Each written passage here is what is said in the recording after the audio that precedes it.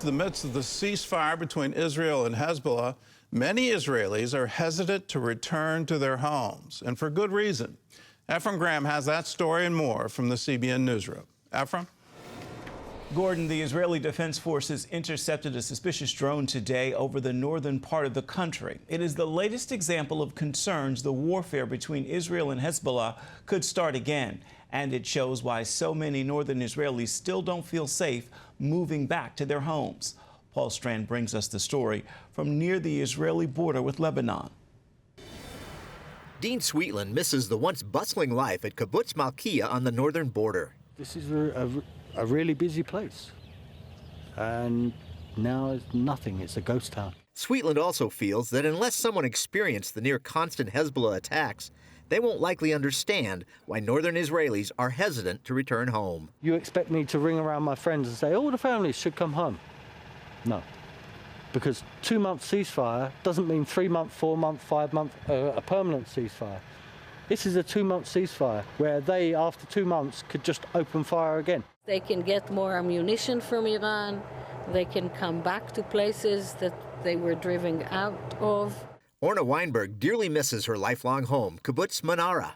The meaning of the name Manara is a beacon or a lighthouse. And we are a beacon to the whole Galilee, to this whole area. And they hope to be that light again. First, however, they want real guarantees their families will be safe. We are very, very strong. But we must have security for our children.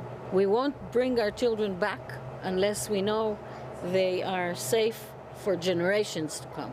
Many here believe the ceasefire prevented IDF troops from crippling Hezbollah as a fighting force. I think this war will resume again. What we had to do was finish the job once and for all. For Moshe Azra, there's no hope until Hezbollah is simply no longer a threat. We must finish the job to the end. They don't know the meaning of life. They don't know anything.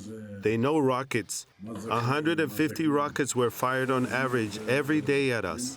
Azra is sad for what his 8 grandchildren have had to endure. They are afraid all the time of the sirens. They run to the shelters all the time.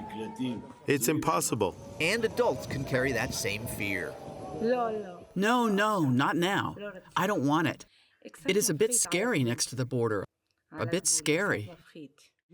Does anyone expect the kibbutz to say, bring your families back? Yeah, everything is okay. It's a ceasefire. It's rubbish. Still, Sabak Shlomi believes Israel has the power to make all this have a good ending. Getting good results is what you do. It doesn't happen by itself, so the government has to do what it takes to get a good result. And that's what would bring the Northerners home.